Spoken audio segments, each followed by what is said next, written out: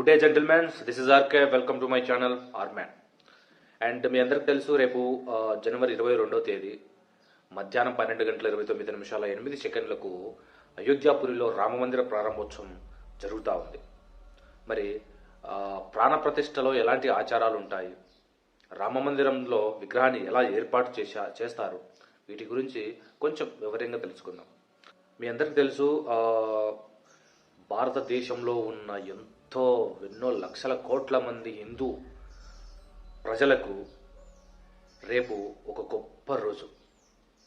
దాదాపు 500 సంవత్సరాల తర్వాత అయోధ్యలో రామమందిరం నిర్మించడం జరిగింది. అండ్ రామమందిర ప్రాణప్రతిష్ఠ రేపు నిర్వహించడం జరుగుతోంది. ఈ అపురూప ఘట్టాన్ని మనం డైరెక్ట్గా వీక్షించకపోయినా టీవీల ద్వారా అయినా వీక్షించవచ్చు. అండ్ మన ఊళ్ళలో ఉన్న రామాలయంలో పూజలు నిర్వహించవచ్చు ఆ టయానికి. ఇటువంటి గొప్ప తరుణంలో మనం ఉండడము, మనము చూడడము మన అదృష్టం అది. అండ్ ప్రాణప్రతిష్ఠలో ఎలాంటి ఆచారాలు ఉంటాయి, రామమందిరంలో విగ్రహాన్ని ఎలా ఏర్పాటు చేస్తారో మనం కొంచెం వివరంగా తెలుసుకుందాం. అయోధ్యాపురిలో రామమందిర ప్రారంభోత్సవం కోసం దేశం ఎంతో ఆసక్తిగా ఎదురుచూస్తోంది. రామ్లల్ల విగ్రహ ప్రతిష్టాపన శుభ సమయం జనవరి 22, 2024 మధ్యాహ్నం 12:29:08 ప్రారంభమవుతుంది. మధ్యాహ్నం 12:30:32 వరకు ఈ కార్యక్రమం కొనసాగుతుంది. అంటే శ్రీరాముడి విగ్రహ ప్రాణప్రతిష్ఠ కేవలం 84 సెకండ్లు మాత్రమే పూర్తవుతుంది. 84 సెకండ్లలో మాత్రమే పూర్తవుతుందని ఆలయ ట్రస్ట్ పేర్కొంది. ఈ విశిష్ట కార్యక్రమంలో ప్రధాని మోదీతో పాటు పలు రంగాలకు చెందిన ప్రముఖులు హాజరవనున్నారు. ఎస్పెషల్లీ మన తెలుగు రాష్ట్రాలకు సంబంధించి మెగాస్టార్ చిరంజీవి గారికి, అలాగే జనసేన అధినేత పవన్ కళ్యాణ్ గారికి, mega power star Ram Charan గారికి, అలాగే రెబల్ స్టార్ ప్రభాస్ గారికి ఆహ్వానం అందింది. ఈ సంప్రోక్షణ కార్యక్రమం కోసం దేశం మొత్తం ఎంతో ఆసక్తితో ఎదురు చూస్తుంది. ఈ నేపథ్యంలో ప్రాణప్రతిష్ఠలో ఎలాంటి ఆచారాలు ఉంటాయి, దీని ప్రాముఖ్యత గురించి ఇప్పుడు తెలుసుకుందాం. ప్రాణప్రతిష్ఠ అంటే ఏమిటి? ప్రాణప్రతిష్ఠ అనగా జైన మతం, హిందూ మతంలో ఒక ప్రసిద్ధ ఆచారం. ప్రాణప్రతిష్ఠ తర్వాతనే దేవాలయాల్లో విగ్రహాలను ప్రతిష్ఠిస్తారు. ప్రతిష్ఠా సమయంలో పూజారులు వేద శ్లోకాలు, మంత్రోచ్చారణల మధ్య క్రతువులను నిర్వహిస్తారు. ప్రాణ అనే పదానికి అర్థం ప్రాణశక్తి అని, ప్రతిష్ఠ అంటే స్థాపన అని అర్థం. ప్రాణ ప్రతిష్ఠకు ముందు ఏం చేస్తారు? ఏ ఆలయంలో అయినా సరే ప్రాణ ప్రతిష్ఠ ఒక ముఖ్యమైన ఆచారం. ప్రాణ ప్రతిష్ఠ ప్రక్రియకు ముందు ప్రతి విగ్రహం ఇతర బొమ్మలు, విగ్రహాలతో సమానమని భావిస్తారు. ప్రాణ ప్రతిష్ఠ ద్వారా ఆ విగ్రహంలోకి విశేష శక్తులు చేరుతాయి. అప్పుడు దేవుడు దేవతగా రూపాంతరం చెందుతారని శాస్త్రం చెబుతోంది. ఈ ప్రక్రియ తర్వాత భక్తులు దేవుళ్లను పూజిస్తారు.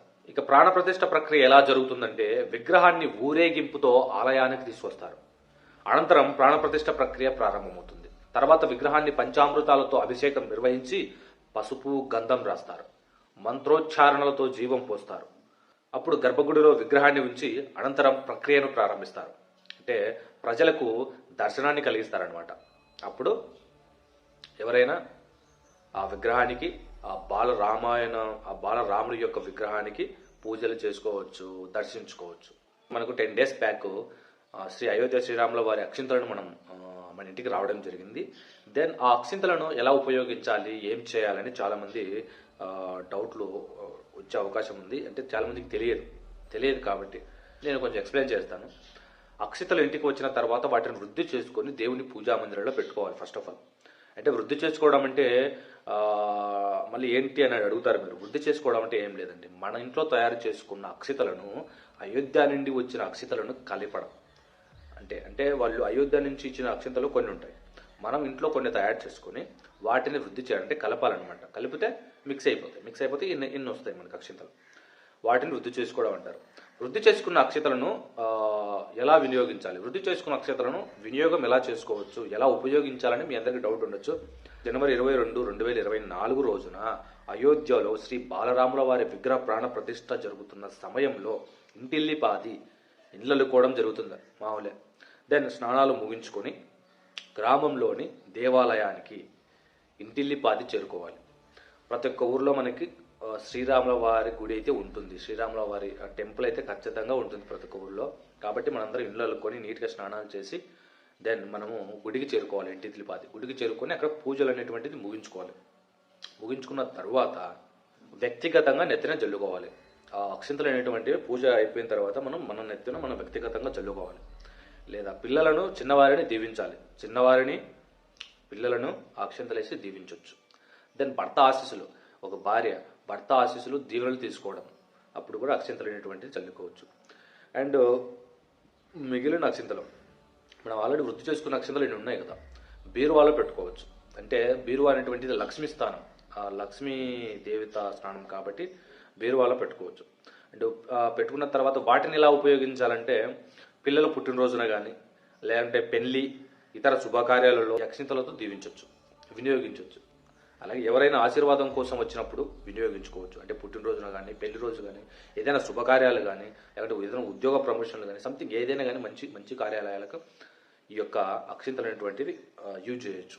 ఓకేనా? ఆ యొక్క అక్షింతలు ఎలా చల్లుకోవాలో మీకు అందరూ ఒక క్లారిటీ వచ్చింది. దెన్ 22న ప్రాణప్రతిష్ఠ రోజున చేయాల్సిన పనులు, ఆ రోజున ఇంటి చుట్టుపక్కల ఉన్న వాళ్ళను కూడా దేవాలయానికి రమ్మని ఆహ్వానించాలి భక్తులను. ఆ రోజు సాయంత్రం సూర్యుడు అస్తమించిన తర్వాత, అంటే రేపు సాయంత్రం 22వ తేదీ రేపు సాయంత్రం సూర్యుడు అస్తమించిన తర్వాత రాత్రి తమ ఇంటి ముందు కనీసం 5 దీపాలు వెలిగించాలి అని చెప్పాలి. మనం వెలిగించాలి. అలాగే మన చుట్టుపక్కల ఉన్న ఇంట్లో ఉన్న భక్తులకి కనీసం 5 దీపాలన్నా వెలిగించాలి. రాత్రి సాయంత్రం సూర్యుడు అస్తమించిన తర్వాత తమ ఇంటి ముందు కనీసం 5 దీపాలు వెలిగించాలని చెప్పాలి. వీలైతే ఇంటిని విద్యుత్ దీపాలతో అలంకరించాలని చెప్పాలి. ఇంటి మొత్తాన్ని విద్యుత్ దీపాలతో అలంకరించాలని చెప్పాలి. జై శ్రీరామ్, జై హింద్.